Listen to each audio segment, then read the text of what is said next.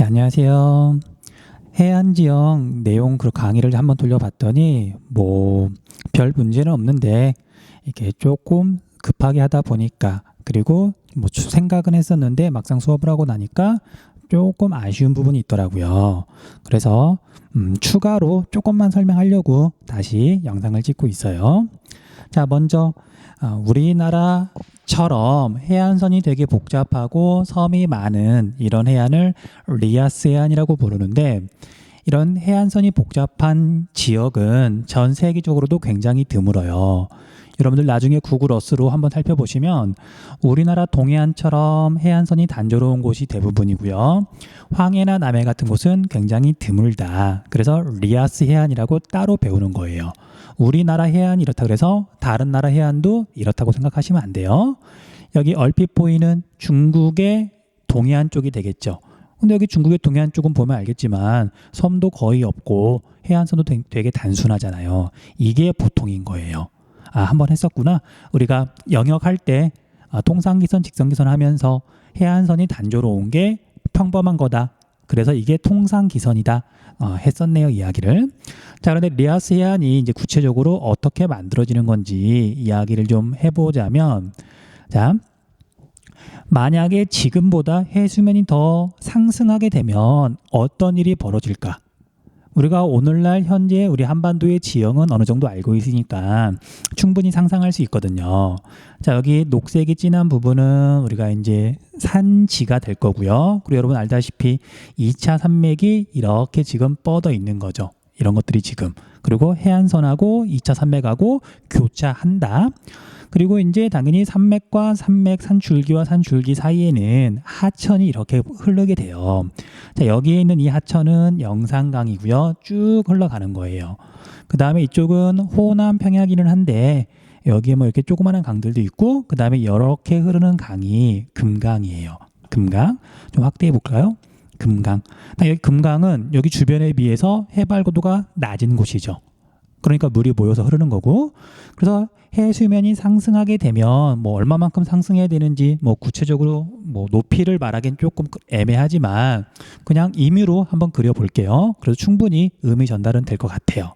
그래서 여기서 만약에 해수면이 상승하면 평지나 해발 고도가 낮은 곳이 먼저 물에 잠길 거고, 이런 식으로 물에 잠기게 되겠죠. 여기도 마찬가지죠. 이런 식으로 바닷물이 깊숙하게 들어올 거란 말이에요. 그래서 산줄기 부분은 반도가 되는 거고요. 정말 툭 튀어나와 있으니까.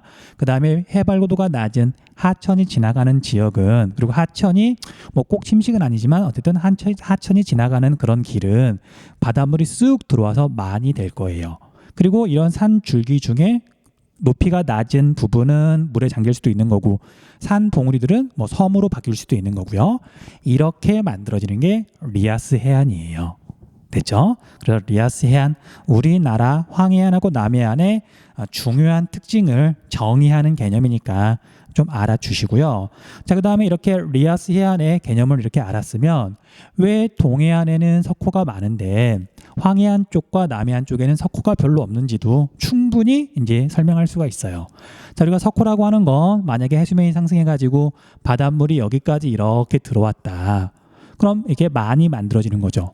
근데 만의 입구 부분에 사주가 성장해가지고 막아야 되는데, 입구를 막아야 되는데 만의 규모가 너무 크다 보니까 곳과 곳 사이를 막는 게 아니고 여기는 반도와 반도 사이를 이렇게 사주가 성장해야 되는데 이건 불가능하죠. 연안류가 이렇게 강하게 흐를 리도 없거니와 황해안 같은 경우에는 조류가 계속해서 육지 쪽으로 다가왔다가 먼 바다로 나갔다가 이게 계속 되풀이되다 보니까 연안류가 뚜렷하지도 않고요. 그래서 황해안하고 남해안 쪽은 우리가 석호가 거의 발달해 있지 않다. 됐죠? 그리고 우리가 석호가 말이 나온 김에 예전에 나왔던 굉장히 난이도가 높았던 선택지가 있어요. 그게 문득 생각이 나서 이야기를 좀 해줄게요.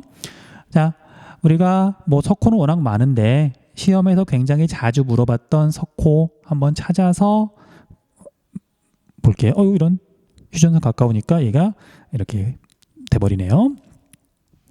자, 내용 설명 강의에서도 한번 나왔던 석호인데 석호의 이름이 송지호예요. 송지호. 지금은 인기가 뭐 과거만 못하긴 하지만 우리 연예인 중에 송지효 있죠. 그래서 학생들이 좋아했던 기억이 문득 나네요. 자, 아무튼 그래서 이렇게 송지호라고 하는 석호가 있는데 여기에서부터 지금 이렇게 하천이 계곡에서부터 물이 흘러들고 그 다음에 이제 여기까지 흘러온 다음에 이 물은 결국 여기 바다로 흘러가기는 해요. 근데 중요한 건 이 계곡 물이 이걸 1번 하천이라 그럴게요. 1번 하천은 바다로 흘러가는 게 아니라 물론 최종 도착지는 바다지만 얘가 기본적으로 흘러드는 곳은 이 호수가 되겠죠. 그러면 이 1번 하천이 운반하던 흙과 모래는 기본적으로 어디에 쌓이는 거예요? 당연히 이 석호가 메워져서 없어진다 그랬잖아요. 그러니까 여기에 지금 침식이 일어나는 거잖아요. 침식이 된다. 퇴적이 일어나는 거잖아요. 그럼 1번 하천의 침식 기준면은 A 호수일까 아니면 여기 B 바다일까? 당연히 A 호수가 1번 하천의 침식 기준면이 되는 거예요. 됐죠? 자, 그에 비해서 여기 규모가 좀 더 큰 하천이 있는데 얘는 이미 석호를 다 메우고 바다까지 흘러가죠. 얘를 2번 하천이라 그럴게요. 그럼 2번 하천은 침식 기준면이 당연히 여기 B 동해 바다가 되겠죠. 그래서 침식 기준면의 개념을 정확하게 알고 있느냐 아니면 침식 기준면은 해수면이다라고 단순하게 외우고 있느냐 그 허점을 노리고서 한번 나왔던 문제가 있어요. 됐죠? 여기도 좀 해주시면 되고요. 그 다음에 또 석호가 나왔으니까 마저 관련된 걸 살펴보자면 동해안에 있는 해수욕장 중에 물론 유명한 게 되게 많지만 아마 여러분들한테 물어보면 역시 경포대 해수욕장이 제일 먼저 이름이 나올 거예요. 경포대 해수욕장. 자, 그래서 쭉 내려가다 보면 경포호라고도 그러고요.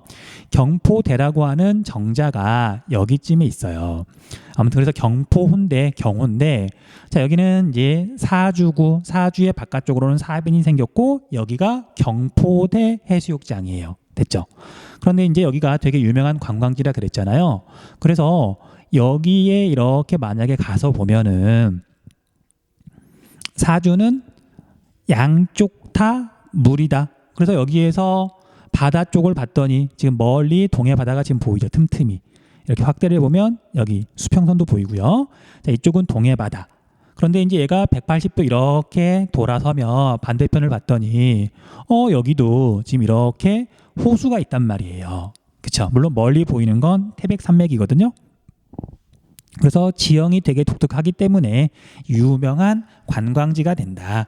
그래서 여러분들 혹시 나중에 경포대 해수욕장에 놀러 가거든 바닷가에서 바닷물에서 해수욕만 하지 말고 석호도 조금만 걸어가면 되니까 한번 구경해 보세요. 뭐 별 볼 일이 있다기보다는 그냥 내가 아는 곳 아는 지형에 가서 보면은 당연히 반갑거든요. 아는 만큼 보이는 거고. 자, 아무튼 그래서 경포호에서 사주 위에서 지금 로드뷰를 한번 봤고요. 그 다음에 또 해안 지형과 관련해 가지고 어디를 볼 거냐면 우리나라에서 가장 규모가 큰 사구 신두리 사구를 찾아서 갈 거예요. 자, 참고로 자, 여기도 이렇게 보면은 사주가 있고요. 사주가 있고 그 다음에 여기도 지금 이렇게 사주가 계속 이어지는데 그 안쪽으로 봤더니 이렇게 나무들이 숲이 있죠. 자, 이런 숲이 바로 방풍림이에요. 당연히 여기까지는 지금 바닷물이 들어오지 않아요. 이게 사구인데 사구 위에다가 지금 일부러 나무를 심어 놓은 거예요. 여기도 방풍림을 지금 심어 놓은 거고 일부러. 바닷가에서 바다 쪽에서 바람이 불 때 소금기가 같이 날아오니까 그 피해를 줄이려고 해안가에는 방풍림이 되게 많아요. 자, 다시 이제 우리가 신두리 사구는 여기 태안반도 쪽에 있다 그랬잖아요. 태안반도는 여기 해안선의 모양이 이렇게 돼 있어서 방향이 이렇게 돼 있어서 북서계절풍이 이렇게 불 때 정말 수직으로 맞죠. 그러다 보니까 바람이 되게 강하게 작용해서 그래서 사빈에 있는 모래가 육지 쪽으로 많이 날리는 곳이에요. 자, 태안반도 규모가 크니까 반도고요. 자, 이거 해안선을 확대해 보면 태안반도에도 당연히 이렇게 곳이 있고 여기는 만이고요. 이쪽도 곳이고 여기는 이제 곳이라기보다는 원래는 이제 섬이었는데 이 사이 부분에서 퇴적작용이 일어나가지고 육지랑 연결됐네요. 됐죠? 그래서 이런 걸 육계 사주였는데 지금은 도로를 만들어 놓은 거고요. 얘는 육계 도가 닥이 있네요. 원래는 섬이었지만 지금은 육지랑 연결이 됐다. 자, 이제 신두리 사구는 어디냐면은요. 이렇게 있으면 여기가 이제 신두리라는 곳이에요. 신두리. 자, 혹시나 여러분들이 의심할까봐 나를 잘 못 믿는 경향이 있는 것 같더라고요. 자, 하이브리드 글씨를 켰더니 여기 신두리라고 하는 글씨가 뜨죠. 신두리 동네 이름이에요. 자, 아무튼 여기를 보면은 자, 바닷가를 따라서 모래가 굉장히 넓게 일단 펼쳐져 있어요. 자, 물에 젖어서 그렇긴 하지만 여기 또 모래고 여기까지도 지금 모래예요. 물이 더 빠지면 물론 이제 진흙, 갯벌이 나타나겠지만 우리가 밀물 때는 물에 잠기고 썰물 때는 육지가 되는 곳이 모두 이렇게 진흙만 있는 건 아니거든요. 아무튼 여기에 모래가 꽤 많아요. 그 이유는 하천이 공급한 게 아니라 당연히 얘는 이 하천이 있긴 있지만 뭐 모래를 공급하면 얼마나 공급하겠어요. 그리고 항해로 흘러드는 육지에 있는 큰 하천들은 당연히 진흙을 공급하니까 여기에 있는 모래는 하천이 공급한 게 아니라 주변에 있는 암석 해안이 깨져서 침식을 받아서 그게 파랑에 의해서 여기까지 운반돼서 쌓인 거예요. 됐죠? 자, 아무튼 그래서 여기에 규모를 봤더니 사빈의 일단 길이가 어마어마해요. 진짜. 자, 여기서부터 여기까지 길이를 대충 재볼게요. 직선으로 재봤더니 2.9km예요. 2.9km. 그리고 이제 이렇게 확대를 해봤더니 자, 여기 뭐 누리끼리 한 거 맞죠? 선생님이 지금 이제 수업 촬영할 때는 이게 빨간색 안경을 쓰지 않아서 뭐 노란색 맞겠죠? 아무튼 그래서 여기도 이렇게 평범한 육지는 아니고요. 모래가 이렇게 날아와서 만들어져 있는 사구예요. 해안 사구.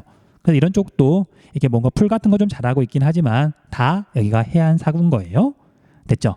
여기 나무가 있는 곳까지도 사구에 해당하고요. 자, 그래서 옛날 시험 문제 보면 여기에 있는 습지 늪이거든요. 조그마한 연못. 여기도 이렇게 한번 물어본 적이 있긴 해요. 근데 여기 물어볼 가능성은 없으니까 굳이 설명하진 않을 테고요. 자, 아무튼 그래서 여기까지 이렇게 다 모래가 쌓여 있어서 사구의 규모가 정말 어마어마하게 커요.